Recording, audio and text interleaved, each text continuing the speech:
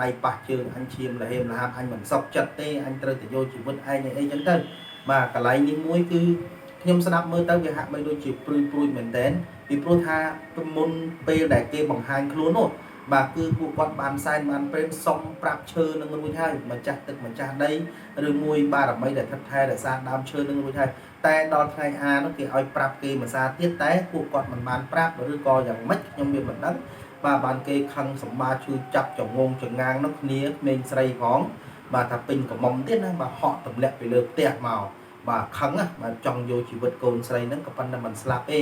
còn là cây đây cây chương chặt chặt còn chặt chọt thôi thì cách xem chặt chặt là còn trẻ môn kia thà xem tới có quạt xì ma chặt tròn chặt ấy hay có xu non tới mà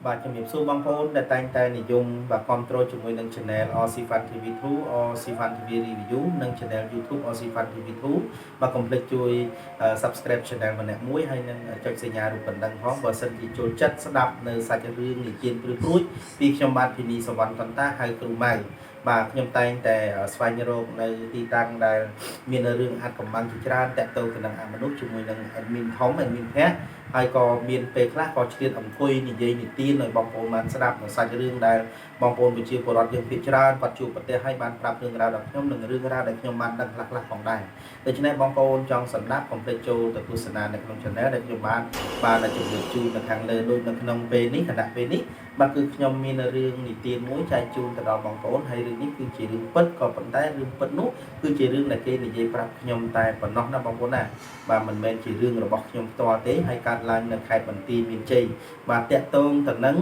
rướng mà nút là không đam chơi rước người dân hai thả rốt cà tê và đà là không sớm mai cao môi nút vào năm ba chiến đây bằng vốn đất năm ba chiến và miền là sòng là phun nước quạt về để phơi tét cứ kỳ chui kia từ bên từ mò ban đây tha để nam miền là tét cô tét cả bay để chui đập chơi và đong mà nè rồi hô mà ngay mà nè mà đám dục là cứ miền chặt chui lẹ chui chiri ấy trong ta phơi tét lực té nó bằng vốn bàn trắng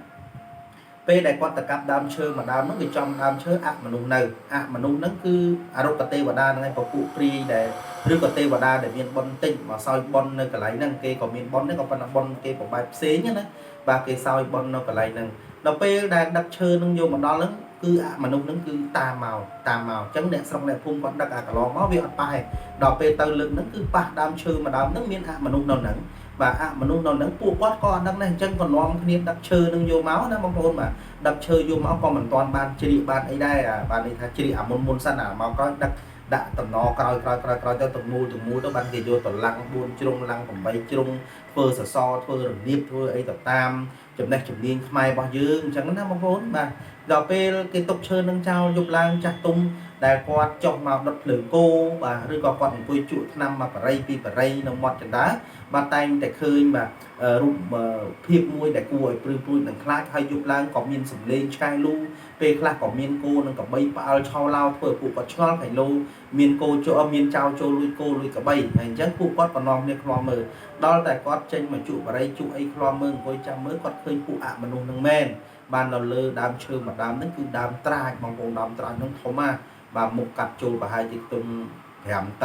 tật chiến á bảo vệ và hai chiếc tung của môi từ bờ mai chẳng mà lúc nâng cùi lên nâng pe khác hơi cùi nó hàng trong tại pe khác cùi nó hàng các ba tay đam chơi mà đam nước mà tại bằng cái cát hay cái đất vô máu ấy có phần cái nào nâng sai lắm quát cái vô lương rau ở từng nắng vì xa tay cà phê kia quát nó còn tiền dây nâng prap này quát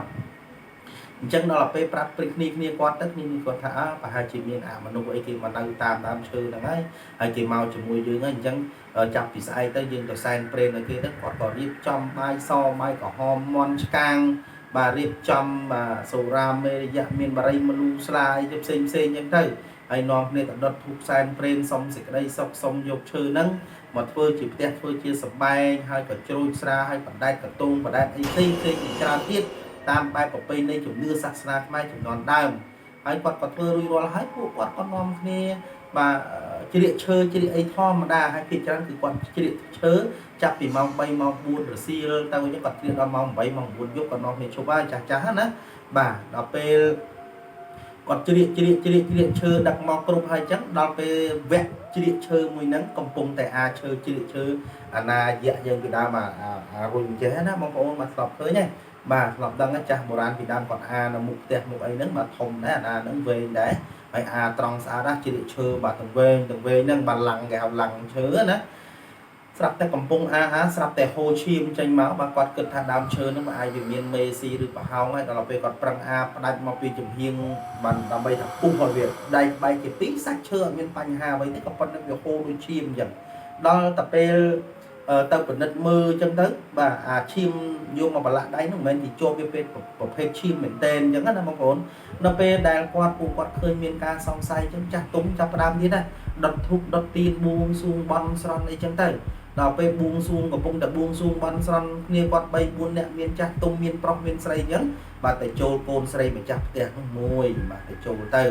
បាទប្រាប់ថាមិនបានដល់ពេលពេលអីអញហើយមិនក៏មិនប្រាប់អញមុនអញ្ចឹងណាបាទប៉ះដៃប៉ះជើងអញឈាមលហេមលហាមអញមិនសុខចិត្តទេអញត្រូវទៅយកជីវិតឯងអីអញ្ចឹងទៅបាទកន្លែងនេះមួយគឺខ្ញុំស្ដាប់មើលទៅវាហាក់បីដូចជាព្រួយមែនតើពីព្រោះថាមុនពេលដែលគេបង្ហាញខ្លួននោះបាទគឺពួកគាត់បានសែនបានព្រេនសុំប្រាប់ឈើនឹងរួចហើយម្ចាស់ទឹកម្ចាស់ដីឬមួយបារមីដែលថិតថែរក្សាដើមឈើនឹងរួចហើយតែដល់ថ្ងៃនោះគេឲ្យប្រាប់គេមួយសារទៀតតែពួកគាត់មិនបានប្រាប់ឬក៏យ៉ាងម៉េចខ្ញុំវាមិនដឹងបាទបានគេខឹងសម្បាជួយចាប់ចងងចងាងនោះគ្នាក្មេងស្រីផងបាទថាពេញកំមុំទៀតណាបាទហក់ទម្លាក់ពីលើផ្ទះមកបាទខឹងណាបាទចង់យកជីវិតកូនស្រីហ្នឹងក៏ប៉ុន្តែមិនស្លាប់ទេគាត់តែក្រិចដៃក្រិចជើងចាស់គាត់ចាប់ជាប់ធ្វើពិធីកិច្ចផ្សេងចាស់ខ្លះគាត់ចេះមុនគាថាផ្សេងទៅក៏គាត់សីមាចាក់ចងចាក់អីហើយក៏សួរនាំទៅបាទដល់តែពេលសួរនាំចឹងនាងព្រីហ្នឹងគេនិយាយថាបាទគេនឹងមិននៅថែរក្សាក៏ប៉ុន្តែគេខឹងនៅពេលដែលថ្ងៃសុំនោះគេដឹងហើយតែថ្ងៃដែលលើកគេយកមកគេកំពុងតែដេកកំពុងតែសម្រាប់លើកគេយកមកគេជួយចាប់គេខឹងចឹងណាបាទដូច្នេះក៏ចាស់ទុំគាត់ថាឡើយចែដើម្បីកុំឲ្យខឹងសម្បាកូនចៅរៀបចំក្បាលជ្រូកមន់ស្ងោជូនមួយទៀតហើយនឹងរៀបចំគ្រឿងបរិក្ខារថ្នាំសង្កូវអីដើម្បីព្យាបាលអញ្ចឹងណាបាទដល់អញ្ចឹងចាស់គាត់ចេះពិធីគាត់មានមជុលដេគាត់មានអំបោះគាត់មានថ្នាំនេះថ្នាំនោះហើយគាត់ឧបកិច្ចថាណែថ្នាំអស់ទាំងនេះដាក់ទៅព្យាបាលឲ្យជាយកទៅស្រោចពីលើឈើហ្នឹងទៅចំណែកឯព្រីយ៉ាងនេះក៏ចេញទៅហើយបញ្ចប់ពីហ្នឹងនិទានចប់ពីកន្លែងហ្នឹងចូលដល់កន្លែងលើកផ្ទះហ្នឹងរួចបាទដល់ពេលដែលលើកផ្ទះហ្នឹងរួចបាទអញ្ចឹងអ្នកណាដែលមានគំនិតមិនល្អឡើងទៅលើផ្ទះហ្នឹងឬក៏ឡើងទៅមើលឆ្វេងមើលស្ដាំផ្ទះហ្នឹងបាទគឺច្រើនតែឃើញបាទនាងព្រីហ្នឹងអង្គុយលើធ្នឹមឬមួយក៏ឈរជំនាញផ្ទះចំណែកឯម្ចាស់ផ្ទះពុំដែលមានឃើញទេហើយគាត់រកស៊ីបានសុខសប្បាយណាស់បាទរកស៊ីបានសុខសប្បាយគាត់ធ្វើហឹងធំនៅលើផ្ទះហ្នឹងដើម្បីឧទ្ទិសបាទទី1គឺហឹងជីដូនជីតាគាត់ផងទី2គឺមានហឹងជំនាញហ្នឹងដើម្បីដុតធូបបួងសួងបន់ស្រន់សុំសេចក្តីសុខពីជំនាញហ្នឹងដូច្នេះហើយគួរសាររបស់គាត់នឹងបានចិញ្ចឹមគោក៏ល្អធ្វើស្រែចម្ការនឹងក៏បានល្អបាទដល់ពេលសម័យថ្ងៃមួយនោះវាមានរឿងចម្លែកប្អូនគាត់មកពីភ្នំពេញបាទមកសុំនៅដល់ពេលមកសុំនៅរបៀបគេហៅថាមកពីភ្នំពេញមករបៀបកិច្ចពីបងតូចបងធំអីចឹងណាបងប្អូនបាទមកសុំនៅគាត់ក៏ឲ្យនៅទៅហើយគាត់ធ្វើផ្ទះមានបន្ទប់3 4ហ្នឹងទៅហើយមនុស្សប្រុសកម្រចេះដេកបន្ទប់ច្រើនតែចងរឹងចងអីចឹងទៅដល់ពេលយប់ឡើងដេកស្រាប់តែស្រែកឆោឡោកណ្ដាលផ្ទះម្នាក់ឯងឲ្យគេជួយមនុស្សផ្អើលឆោឡោចេញមកសួរថាគេមានរឿងអីកើតឡើងបានស្រែកកណ្ដាលផ្ទះថាឃើញមនុស្សស្រីមកឈរនៅចុងជើងចុកអល់មុខឲ្យភ្នែកប៉ិនពងមន់មុខសិតតែឈាមហើយឡើងក៏ហមសក់ឡើងត្រឹមចកេះបាទស្រែកចុកអល់មុខខ្ញុំថាខ្ញុំមកពីណាមកមិនចេះសុំគេសុំអីចឹងណាដល់ពេលអញ្ចឹងហើយនោះមកចាស់ផ្ទះថាអូជំនាញផ្ទះនេះកាចណាស់ភ្លេចប្រាប់អញ្ចឹងនោះគាត់ក៏យកធូប5តសៃនឹងដុតធូបដុតទៀនបាទហើយនឹងក៏និយាយប្រាប់ជំនាញផ្ទះថាថ្ងៃនេះក្មួយមកហើយឲ្យក្មួយនឹងលុតជង្គង់និយាយផងអីផងចឹងទៅថាខ្ញុំមកនៅជាមួយបងជាមួយពូមួយមីងអីចឹងទៅកុំឲ្យធ្វើបាបកុំឲ្យលោកបន្លាចអីខ្ញុំមកនេះក្នុងនាមល្អទេអីទេចឹងណាបាទដល់ពេលដុតធូបដុតទៀនរួចចឹងទៅស្រាប់តែម្នាក់ប្រុសហ្នឹងដែលមកហ្នឹងគេដុតទៀនបាទគេសុំគេដុតធូបគេសុំគេអីធម្មតាចឹងមែនក៏ប៉ុន្តែក្រោយពេលដែលដុតរួចរាល់ហើយធម្មតាមនុស្សស្វាងពេលមានបញ្ហាស្វាងមកផ្លេតណាបងប្អូនបាទដល់ទៅពេលអញ្ចឹងទៅគេនិយាយលេងមួយបងប្អូនគេថាដែលមានអញ្ចឹងសង្ស័យអានេះជាការយល់សប្តិគ្រាន់តែថាប្រប៉ុណ្្នឹងភ្លាមបងប្អូនមកភ្លើងប្រហែលជាប្រប៉ុណ្្នឹងកំប៉ុងត្រីខបាទផ្ទុះបាច់ផឹងកណ្ដាលសកន្លងមកមុនបាច់ផឹងភ្លាមចូលសន្តិដ្ឋក្នុងខ្លួនបរោះនឹងភ្លាមគ្រាន់តែចូលក្នុងភ្លាមបកាច់បកិនវិចមាត់វិចកដូច្នេះ ប្តីបងថ្លៃដែលជាប្តីហ្នឹងបាទរត់ទៅរកចាស់ទុំមកទាំងយប់ហើយ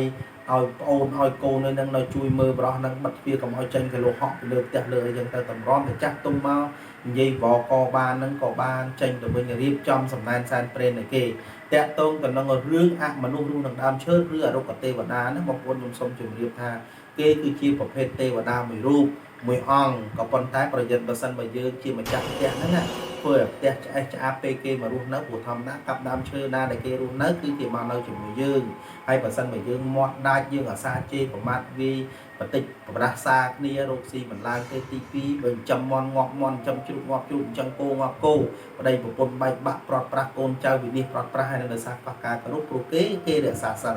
អញ្ចឹងប្រសិនបើយើងគោរពបារមីជំនាញផ្ទះហើយឬមួយក៏យើងធ្វើផ្ទះហើយយើងនៅបានសុខសាន្តរកទទួលទានមានបានយើងដុតធូបដុតទៀនបួងសួងបានស្រន់ហើយផ្ដល់ការគោរពប្តីប្រពន្ធត្រូវស្មោះស្ម័គ្រនឹងគ្នាដើម្បីឲ្យវាមាននៅសុភមង្គលដ៏ល្អគេនោះក៏ជួយទំនុកបំរុងជួយរុញជួយច្រានយើងឲ្យខ្លាយទៅជាអ្នកមានធូរធារផងដែរពីព្រោះអីគេជាពពួកអមនុស្សដែលមានបុណ្យដែលមានសិលបាទអញ្ចឹងគេចូលចិត្តមនុស្សដែលស្អាតមនុស្សដែលទៀងត្រង់ដូចគ្នាដូច្នេះបងប្អូនដែលនិយមដុតធូបបាទបួងសួងបន់ស្រន់បារមីជំនឿផ្ទះដែលជាជំនឿដូនតាខ្មែរហ្នឹងបាទកុំភ្លេចហើយបើសិនជាភ្លេចហ្នឹងក៏វាមិនអីដែរក៏ប៉ុន្តែយើងក៏មកទុកឲ្យត្រឹមត្រូវទៅជួនកាលមានតរៈទៅខាងក្រៅថ្ងៃសិលខ្លះយើងមិនបានដុតធូបដុតទៀនដែរអញ្ចឹងណាក៏ប៉ុន្តែបាទកុំឲ្យមានផ្ទះស្អេះឆ្អាបកុំឲ្យសបុកពីងពីងនឹងរុករាននៅលើផ្ទះយើងច្រើនពេកបាទអាសាបោះអាសាសម្អាតផងទើបបាននាំនៅសេចក្តីសុខសេចក្តីចម្រើនដល់សង្គមគ្រួសារយើងដែរនេះគឺរឿងបារមីបាទជាអរុក្ខទេវតាឬក៏បារមីជំនាញផ្ទះបាទអញ្ចឹងបងប្អូនស្ដាប់រឿងនេះហើយយល់ឃើញបែបណា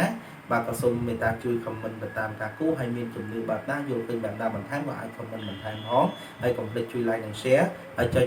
subscribe និងសញ្ញារូបកណ្ដឹងនៅក្នុង channel YouTube Ozifan TV2 និង Ozifan TV Review ពីខ្ញុំបានពេលនេះសវណ្ណតន្តាហើយគ្រូបាយផងដែរបាទរឿងនិទានតកតងទៅនៅរឿងអមនុស្សឬក៏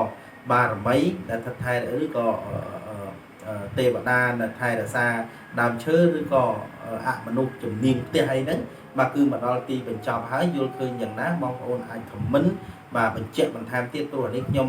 ចេះដឹងបន្តិចបន្តួចដូចស្ដើងប្រព័ន្ធសរសៃសក់ណាបងប្អូនបាទមិនមែនស៊ីជម្រៅទេដឹងបានប៉ុណ្ណឹងអញ្ចឹងសូមបងប្អូនមេត្តាអធិស្ឋានផងនៅក្នុងគណៈពេលនេះខ្ញុំបានពេលនេះសវណ្ណតន្តាក៏ដល់ទីបញ្ចប់នៅក្នុងការនិទាននៅរឿងនេះហើយជួបគ្នានៅវីដេអូក្រោយបន្តទៀតបាទសូមអរគុណ